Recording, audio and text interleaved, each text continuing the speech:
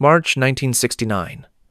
Vinh Long Province, 4 kilometers up the Mai Tho River. Navy SEAL James Kellerman had 47 days left in Vietnam. But right now, submerged in black water that smelled of diesel and death, breathing through a modified rebreather, he wondered if he'd make it through the next 47 minutes.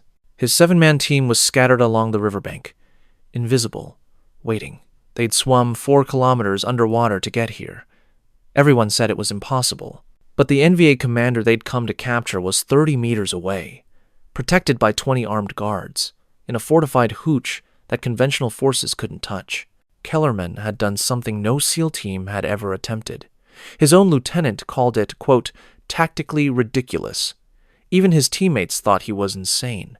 What happened in the next 40 minutes would either revolutionize special operations or end with 8 body bags floating down the Mai Tho. And the NVA were about to learn that the river wasn't their ally anymore. James Kellerman didn't choose Vietnam. Vietnam chose him. Born in 1944 in Duluth, Minnesota, he was supposed to inherit his father's commercial fishing business on Lake Superior. By 16, Jimmy could navigate in fog, read weather in the smell of the air, and hold his breath for nearly 3 minutes while checking nets underwater. But Vietnam changed everything. His older brother, Robert, enlisted in the Marines in 1965, sent enthusiastic letters from Da Nang. By 1968, the letters stopped. Robert came home in a box 4 months before Jimmy's draft notice arrived. The notice came in January 1967. His father said, "You don't have to go, son. Canada's right there." His mother cried quietly. But Jimmy had watched his father's face at Robert's funeral. If he was going to Vietnam anyway, he'd rather choose his job than get assigned to the infantry. He'd heard about the Navy SEALs, small teams, river operations, specialized work. He had no idea what he was choosing. Basic underwater demolition/SEAL training at Coronado nearly killed him. But those lake-borne skills translated cold water tolerance, breath control, water confidence. What surprised him was discovering he had a gift for tactical thinking, seeing patterns in chaos, finding solutions nobody else considered. During a training exercise, an instructor told his squad to cross a minefield simulated zone in daylight. Everyone debated the proper approach. Kellerman suggested they wait until the tide came in higher and wade through the water along the beach edge, below the mine line. The instructor failed him for, quote, not following protocol, but a crusty senior chief pulled him aside afterward. In Vietnam, that kind of thinking keeps you alive. Remember that. He arrived in country in June 1968, landing at Tan Son Nhut, stepping into heat that felt like opening an oven door. His SEAL Team 2 detachment was based out of Na Bi, running operations in the Delta. The veterans told him the truth his first night. "Forget what they taught you in training. Charlie owns the water here. We're just visiting." March 1969 was a strange time in the war. The Tet Offensive had shocked America a year earlier. The official narrative said we were winning, but everyone in country knew the truth. The NVA and VC still controlled huge swaths of the countryside. The Mekong Delta was enemy territory, a maze of rivers, canals, and rice paddies. The U.S. Navy's riverine forces, PBRs, patrol boats patrolled the main waterways. But they were loud, visible, and predictable. SEAL teams were supposed to be different, small, quiet, deadly. But the NVA were adapting. They'd learned to expect SEAL operations, started posting sentries on river approaches, mining likely insertion points. Major Nguyen Van Thieu was different from most targets. A North Vietnamese Army regular officer coordinating operations across 3 provinces. Intelligence suggested he was planning a coordinated offensive against 3 Allied fire bases. Capturing him could disrupt NVA operations for months, but the man was protected like royalty. His meeting site shifted constantly, always in fortified locations, always with heavy security. When intelligence finally pinpointed his location for a specific night, a meeting at a hooch on the Mai Tho River, SEAL Team 2 scrambled to plan an operation. The problem was simple. Every approach was suicide. Helicopter insertion would alert every NVA soldier within 5 kilometers. PBR insertion would be heard a mile away. A ground approach meant crossing kilometers of rice paddies under observation. The tactical consensus was that the target was unreachable. Kellerman looked at the map and saw something different. He saw a river, and he'd spent his entire life learning what rivers could do. The mission brief was tense. Lieutenant Webb laid out the intelligence. Major Thew would be at the hooch from 2200 to 0100 hours. 20 to 30 NVA regulars guarding the location. River approaches under surveillance. Gentlemen, Webb said, this is a no-go. I'm recommending we pass to 5th Special Forces. Kellerman raised his hand. What if we go in underwater? The room went silent. Full combat rebreathers. Insert 4 clicks downstream. Swim the whole way in. Stay submerged until we're right on target. They're watching for boats and helicopters. They won't be looking underwater. Preacher shook his head. Kid, you're talking about a 4-kilometer underwater approach, in a river current, at night, carrying full combat loads. That's beyond our equipment capability. The Draeger rebreathers are rated for an hour, maybe 90 minutes. You'd never make it. Not with standard rebreathers, Kellerman agreed. But I've been modifying mine. Pulled apart the CO2 scrubber system, rebuilt it with extra lime canisters. I've tested it in the Nyabi Harbor. 2 hours, full combat load. It works. Webb looked skeptical. You've been modifying Navy equipment? Sir, I've been diving since I was 8 years old. I know this system. Even if the rebreather works, you're talking about navigating 4 kilometers in 0 visibility. How do you plan to know where you are? Kellerman pulled out a homemade compass board. Magnetic compass, luminous dial, mounted on a slate. Count strokes for distance, compass for direction. It's how commercial divers navigate blind. The room erupted in debate. Finally, Webb made his decision. If we approve this, I need 1 successful test run. Tomorrow night, same distance, same conditions. You make it, we'll consider the mission. The test run almost killed him. Within 20 minutes, his rebreather scrubber started making clicking noises. CO2 was building up in the system. He adjusted the flow manually and continued. Navigation was nightmare-level difficult. His legs cramped at the 1-hour mark. At 90 minutes, his air tasted metallic.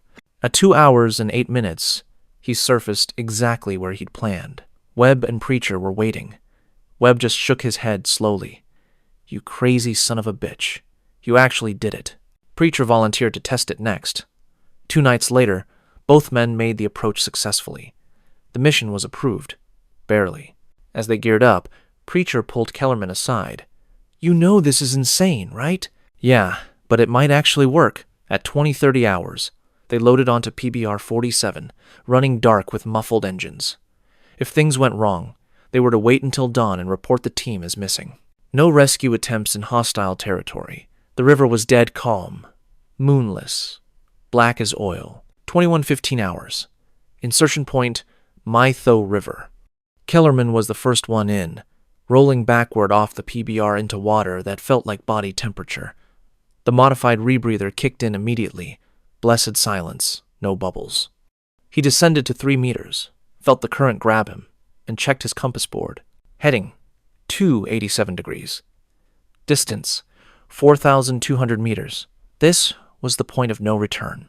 The others followed at 30-second intervals, 7 shadows disappearing into black water.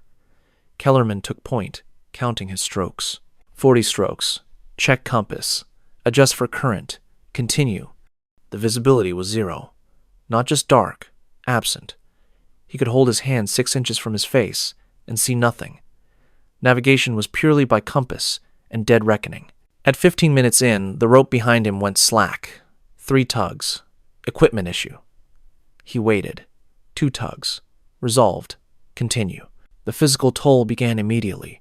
The CO2 scrubbers made clicking sounds when they strained. The regulators required strong jaw pressure to keep sealed. After 20 minutes, his jaw ached. He counted strokes. 40 strokes. Check compass. At 30 minutes, his legs started cramping. He adjusted his stroke rhythm, using a modified frog kick his father had taught him.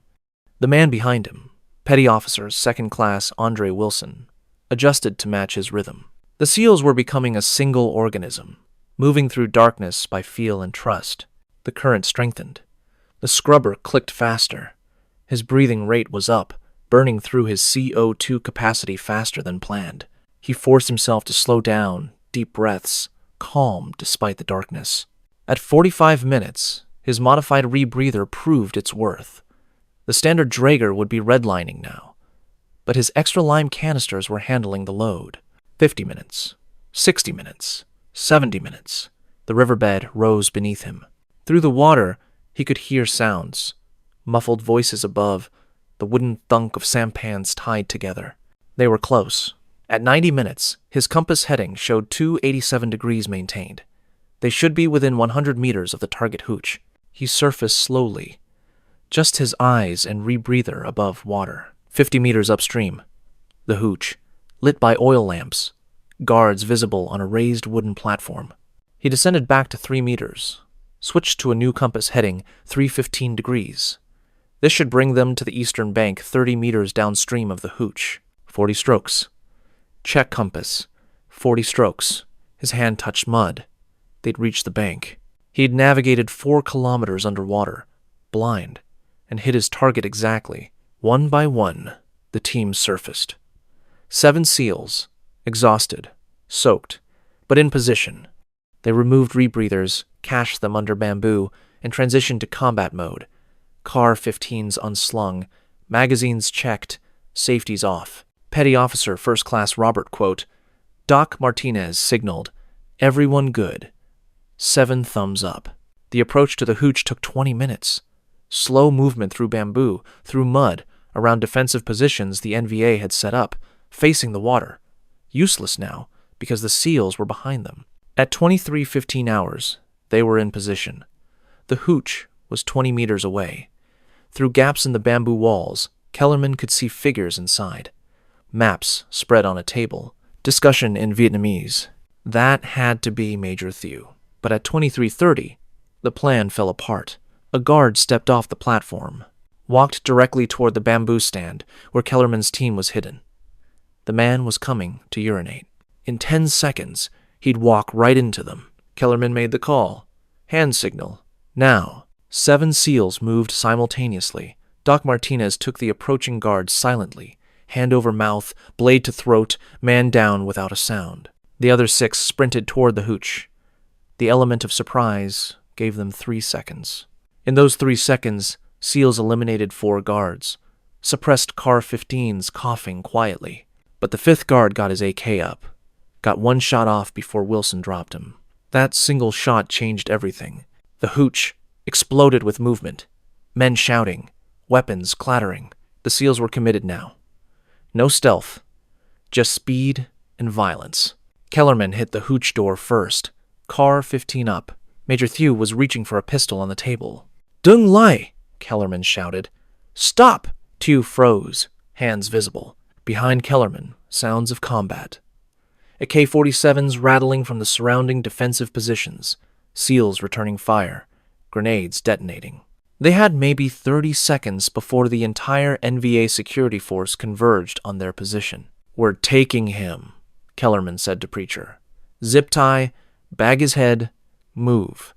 While the team held the perimeter, Wilson and Petty Officer, 2nd Class James Falco laying down, suppressing fire, Doc Martinez treating a shrapnel wound on Petty Officer 3rd Class David Kim's leg. Kellerman and Preacher secured the prisoner. Extract route Alpha, Kellerman called. 30 seconds. They moved as a unit. The NVA were disorganized. The attack had come from the, quote, safe direction. In the darkness and confusion, they were shooting at shadows, but they were recovering fast. By the time the SEALs reached the bamboo line, organized fire was coming in. AK rounds snapping through vegetation, an RPG detonating in the river. Into the water, Kellerman ordered. Rebreathers on. Prisoner stays on surface. We tow him. This was the moment he'd planned for, but hoped wouldn't happen. An underwater extraction under fire. Towing a prisoner who couldn't breathe underwater. They had 400 meters to the emergency extraction point where the PBR waited. The SEALs went into the water like crocodiles. Rebreathers on, descending to 3 meters. They left only the prisoner's hooded head above water. Kellerman and Preacher each holding 1 arm, swimming beneath him, letting him float on the surface like a buoy. The NVA fired at the floating head. Rounds cracked into the water around them. Kellerman finned hard, pulling the prisoner downstream. A bullet passed close enough to leave a wake against his shoulder.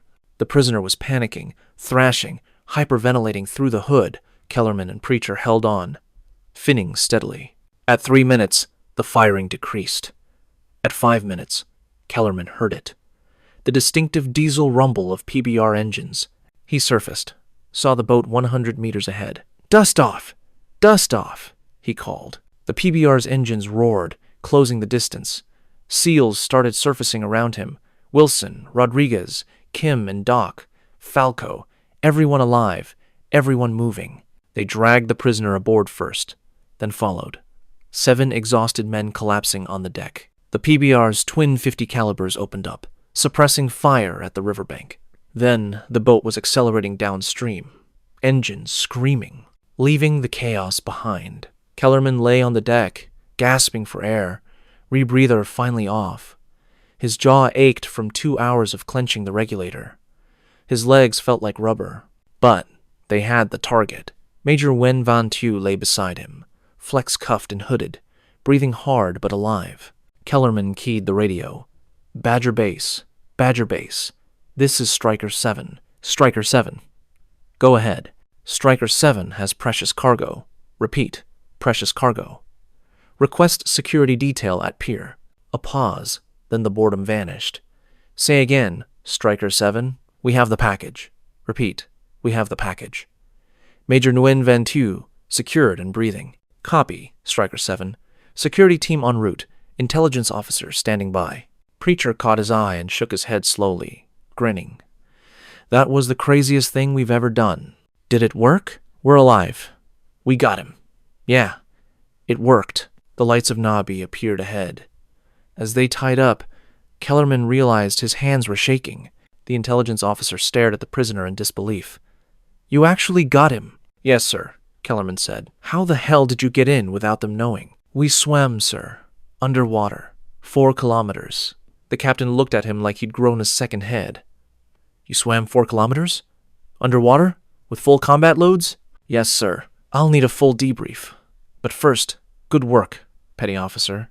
Damn good work. As he walked toward the debriefing tent, Kellerman checked his watch.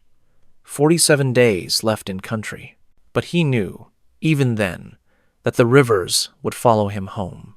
The debrief lasted 6 hours. Major Thew was already talking.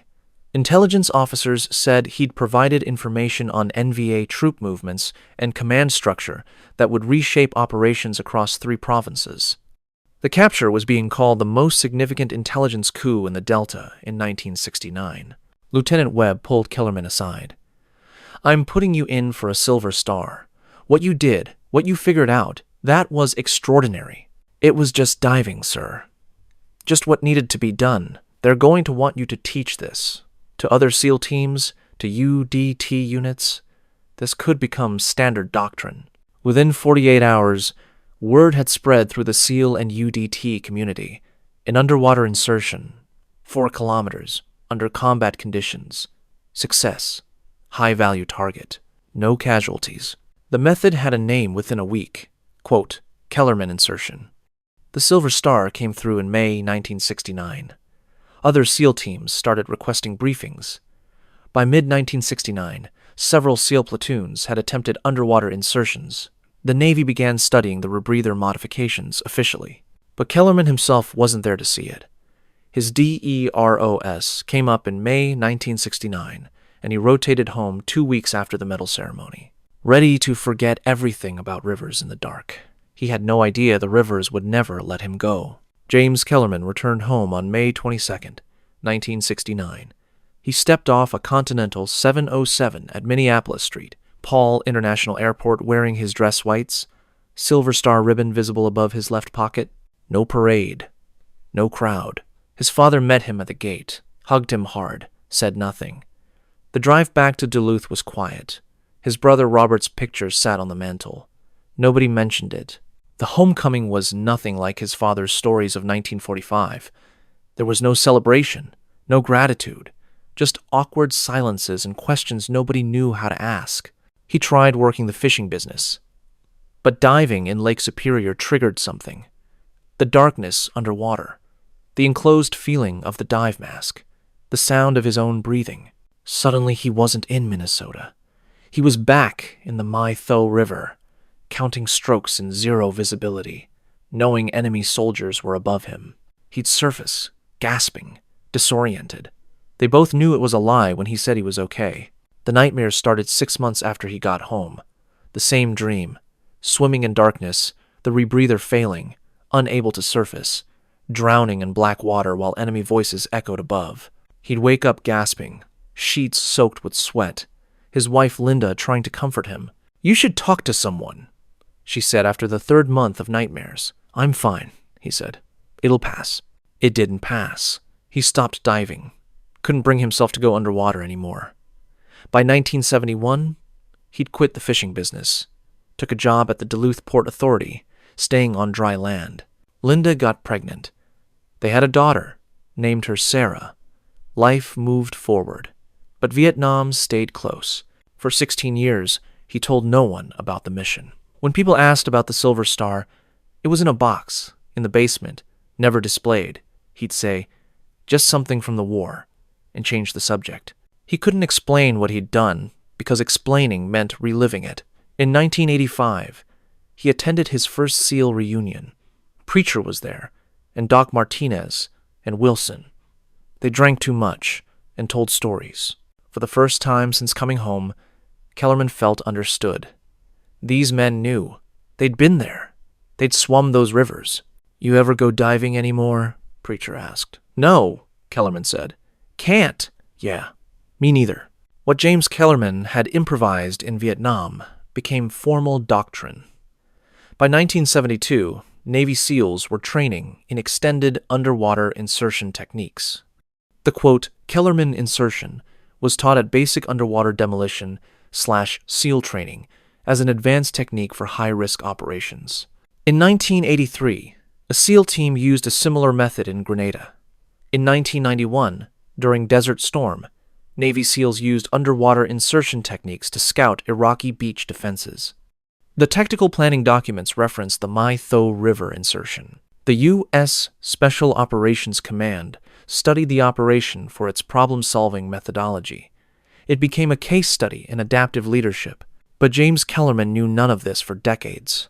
It wasn't until 2001 when a young SEAL officer tracked him down in Duluth to interview him for a training video that he learned his operation had become doctrine. "Sir, what you did, it changed how we think about insertion techniques," the young officer said. "Every SEAL learns about the My Tho operation." Kellerman, 61 years old by then, didn't know what to say. "I just did what needed to be done. Got my guys home. That's what makes it worth teaching, sir." James Kellerman died on March 15th, 2018, at age 74. The cause was complications from Agent Orange exposure. The same river water he'd swum through for hours had been contaminated with herbicides that would slowly destroy his liver over decades. His funeral was at the VA cemetery in Duluth. His SEAL teammates came, the ones still alive. They wore their uniforms, old men now, and told stories about a night in 1969 when 7 crazy SEALs had swum 4 kilometers in darkness to capture an enemy commander. His daughter Sarah, who'd grown up never really knowing what her father had done in Vietnam, listened to the stories in amazement. "He never talked about it," she told them. "Never. A lot of us didn't," Preacher said quietly. "It was hard to explain. They buried him with full military honors." The Silver Star was in his casket, along with his SEAL trident and a photo of his team from 1969. 7 young men in tiger stripes, holding CAR-15s, trying to look tough, but mostly looking exhausted. James Kellerman's story isn't about glory. Vietnam didn't have glory, just survival and sacrifice. But his innovation, his willingness to look at an impossible problem and find an unconventional solution, shows that even in the most controversial war, individual acts of courage and ingenuity still mattered. Not to win the war that was already being lost, but to bring men home, to complete the mission, to prove that impossible was just another word for, quote, nobody's tried it yet. The Kellerman insertion is still taught today. Every SEAL who goes through BUD/S learns about the My Tho River operation. They learn about rebreather modifications, dead reckoning navigation, and the courage it takes to swim into darkness, trusting only your training and your teammates. But they also learn what James Kellerman never forgot, that innovation is born from necessity. Courage is forged in impossible situations, and sometimes the only way forward is through the dark water. Counting strokes, trusting the math, and believing you'll surface on the other side. He did surface. He brought his team home. And 49 years later, SEALs are still using the method he pioneered on one desperate night in the Mekong Delta. That's the legacy. Not the medal, not the recognition, just the knowledge that when it mattered most, he found a way.